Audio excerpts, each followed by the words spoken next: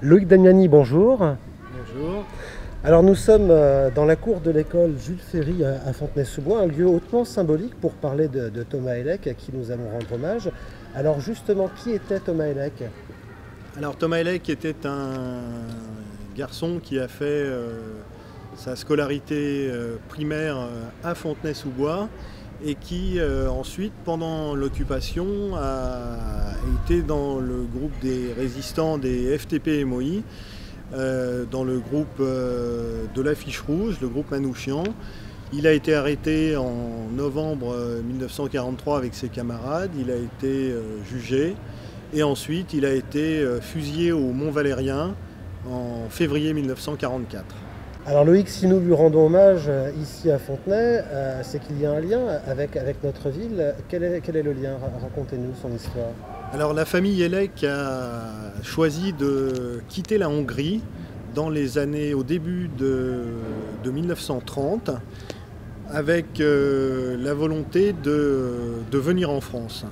Alors évidemment, il n'était pas très bien en Hongrie du fait du régime fasciste de l'amiral Horthy. Le père de Thomas Hellec avait déjà fait un séjour en prison du fait de son engagement communiste.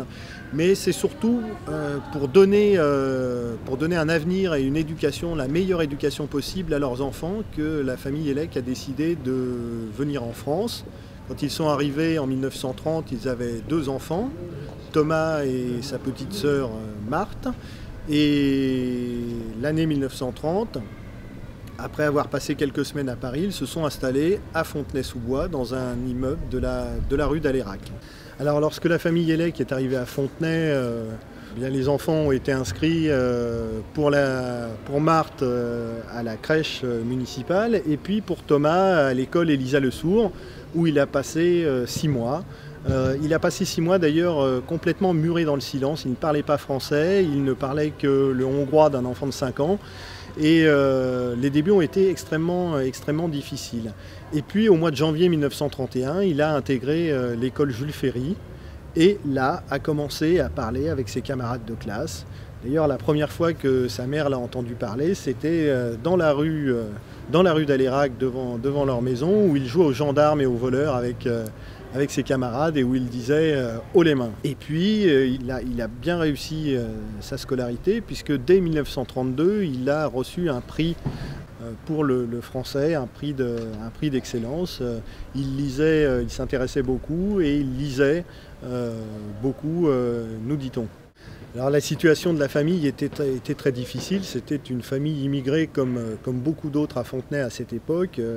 Immigrés d'Europe centrale, juifs, avec des difficultés sociales très importantes. Et en 1933, l'année a été très difficile puisque les 3 enfants de la famille ont été malades, avec des bronchites, des pneumonies, et puis pour plusieurs enfants, la coqueluche qui a été détectée par le médecin scolaire. Et les enfants ont passé plus de 3 mois à l'hôpital. Et quand la famille a réintégré la maison avec les enfants, ils étaient très pauvres, ils étaient sans le sou puisqu'ils avaient dû payer les frais médicaux et que le père n'avait pas de travail et que la mère faisait des ménages. C'était une situation économique extrêmement précaire. Et alors ils se sont aperçus qu'il y avait la solidarité de leurs voisins, puisqu'un soir ils ont trouvé sur leur paillasson une marmite avec de la soupe et de la viande qu'ils ont mangé, ils ont lavé la casserole et ils l'ont remise à la place, et le lendemain ils ont retrouvé ainsi des gens de l'immeuble qu'ils ne connaissaient pas, qui les ont aidés comme ça, qui se sont montrés solidaires à un moment où la situation sanitaire et économique de la famille était extrêmement difficile. Donc la ville de Fontenay va rendre un hommage à la famille Hellec et en particulier à Thomas qui est un des héros de la résistance pour rappeler leur passage dans notre ville pendant 4 ans au début des années 30 et le fait que cette famille a vécu ses premières années en France dans notre ville et a permis à Thomas d'apprendre le français ici. Thomas qui est devenu un des héros de la nation par son engagement dans la résistance.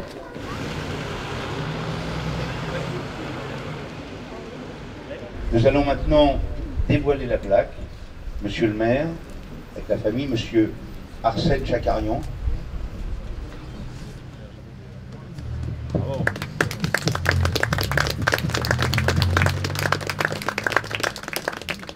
Lecture de la plaque. Lecture de la plaque par monsieur Damiani. Dans cet immeuble, de 1930 à 1933, a vécu la famille Elek, immigrés juifs de Hongrie. Leur fils aîné Thomas, dit Tommy, a engagé ensuite dans les francs-tireurs et partisans, est devenu un héros de la résistance française. Figurant sur l'affiche rouge, il a été fusillé au Mont-Valérien le 21 février 1943. Il avait 19 ans. Simplement pour dire que nous sommes heureux d'accueillir M. Thomas Stern, qui est le neveu de Thomas Elek. Donc, monsieur, je suis vraiment heureux de vous remettre cette bouteille en souvenir de ce moment. Merci, monsieur. Merci, je suis très honoré. Merci beaucoup. Merci. Loïc Damiani, qui est l'historien, qui est conseiller municipal à Fontenay, a été à charge. C'est d'abord lui qui a trouvé d'abord l'existence de Thomas Elek. Je l'ai évoqué tout à l'heure, quand il y a une association qui a recherché dans les écoles qui étaient en fonctionnement avant la guerre, à Fontenay, s'il y avait des enfants déportés parce que des juifs.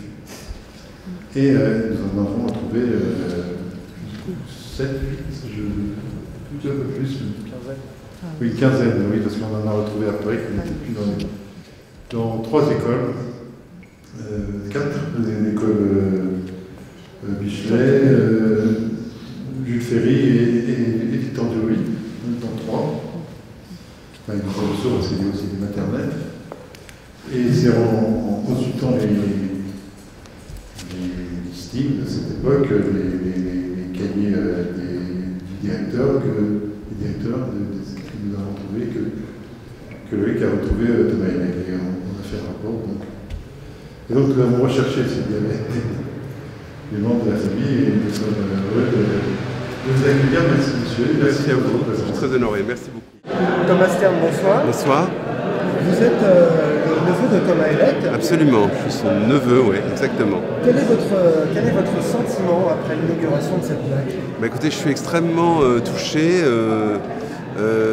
J'ai été touché quand j'ai reçu des courriers de la mairie de Fontenay me parlant de la plaque, avec le travail qui a été fait par un historien associé à la mairie sur la redécouverte de ce passage de ma famille à Fontenay, et ça m'a beaucoup ému parce que c'est vrai que les choses deviennent un peu abstraites avec le temps et qu'on retrouve des lieux réels, des endroits, des anecdotes et des souvenirs. Je trouve ça particulièrement émouvant. Ça donne corps aux choses et ça m'émeut beaucoup. À partir de quand votre mère vous a parlé de l'histoire de votre oncle? C'est ma grand-mère qui m'en a parlé surtout, c'est-à-dire la mère de Thomas. Et elle était porteuse, elle avait fait le serment que tous les aînés de sa famille s'appelleraient Thomas. Donc on a été élevés dans le souvenir et dans le deuil aussi de ce fils chéri et perdu. Et en fait j'en ai toujours entendu parler, je suis né dedans.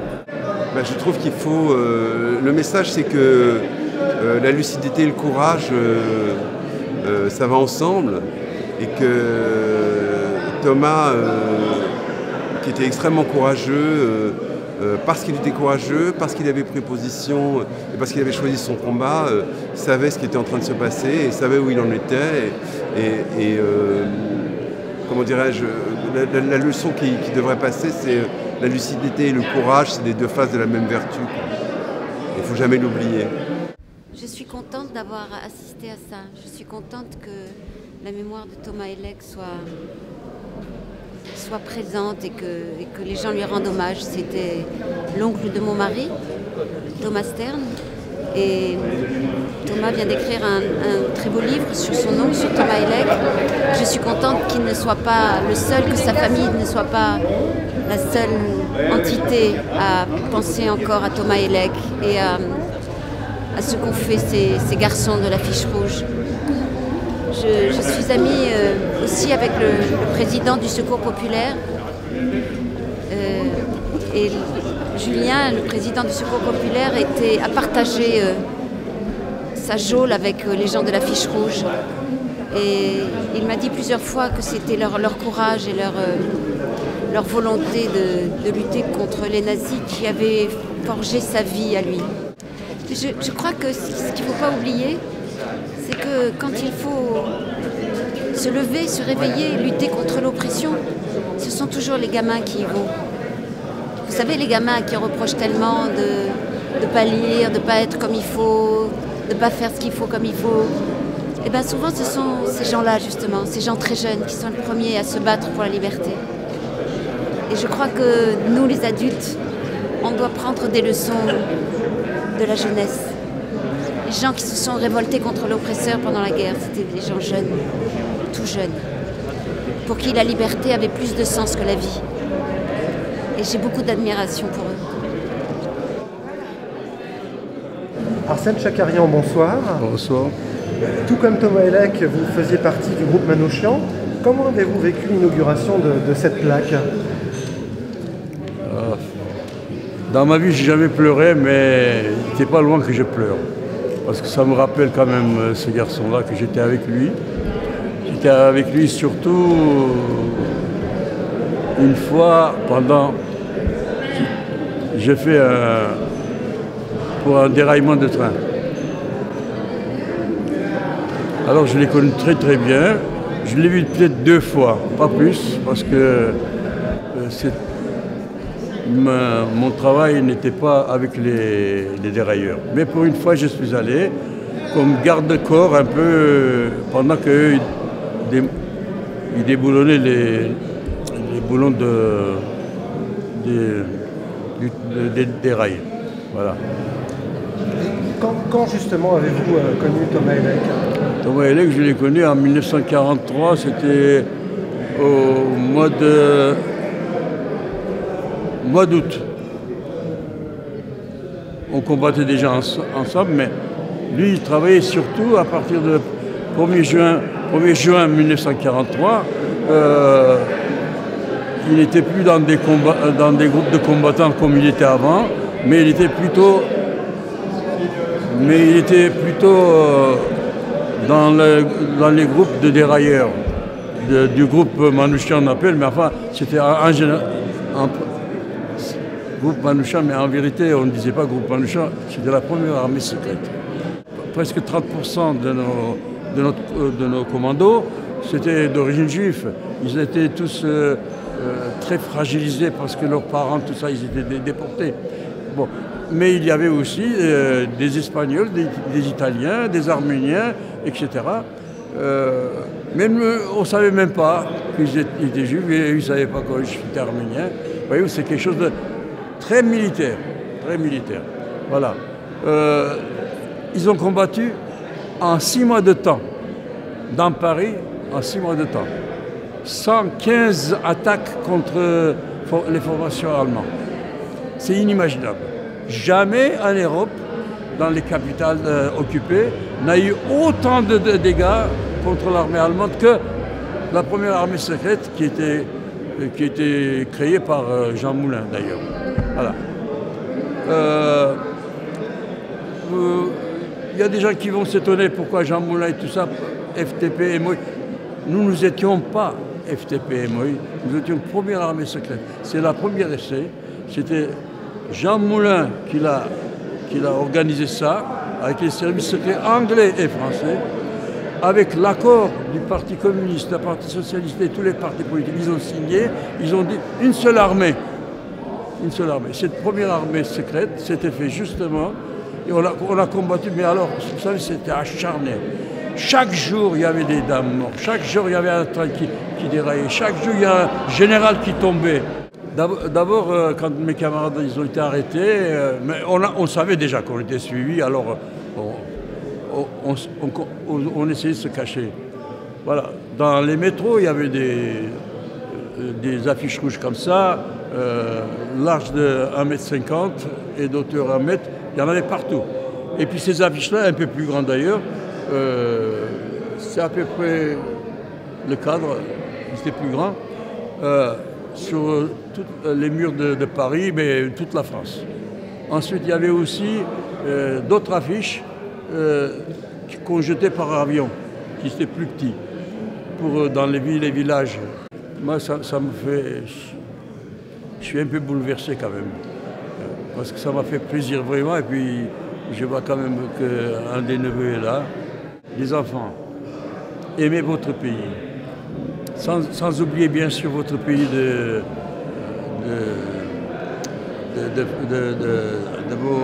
vos aïeux. Mais sachez que le plus grand danger, tous les guerres, sont faits toujours par les fascistes. Monsieur le maire, bonsoir. Bonsoir. Beaucoup de choses ont déjà été dites ce soir. Je voulais avoir votre ressenti personnel après cette manifestation.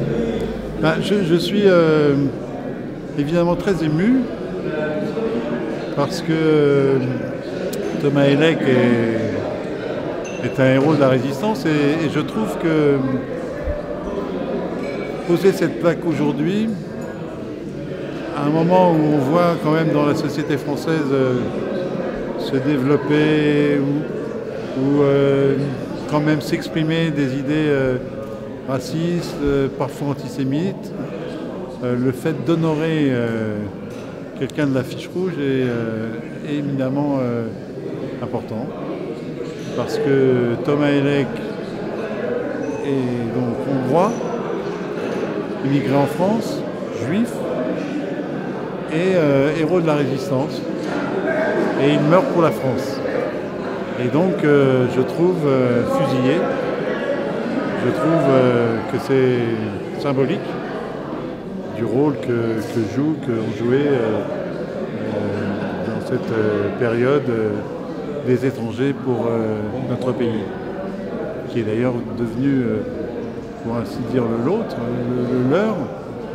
Et j'étais aussi très heureux de rencontrer M. Tchakarian, qui est lui arménien, enfin d'origine arménienne, qui à 97 ans est venu et qui est lui le dernier survivant du groupe Manouchian.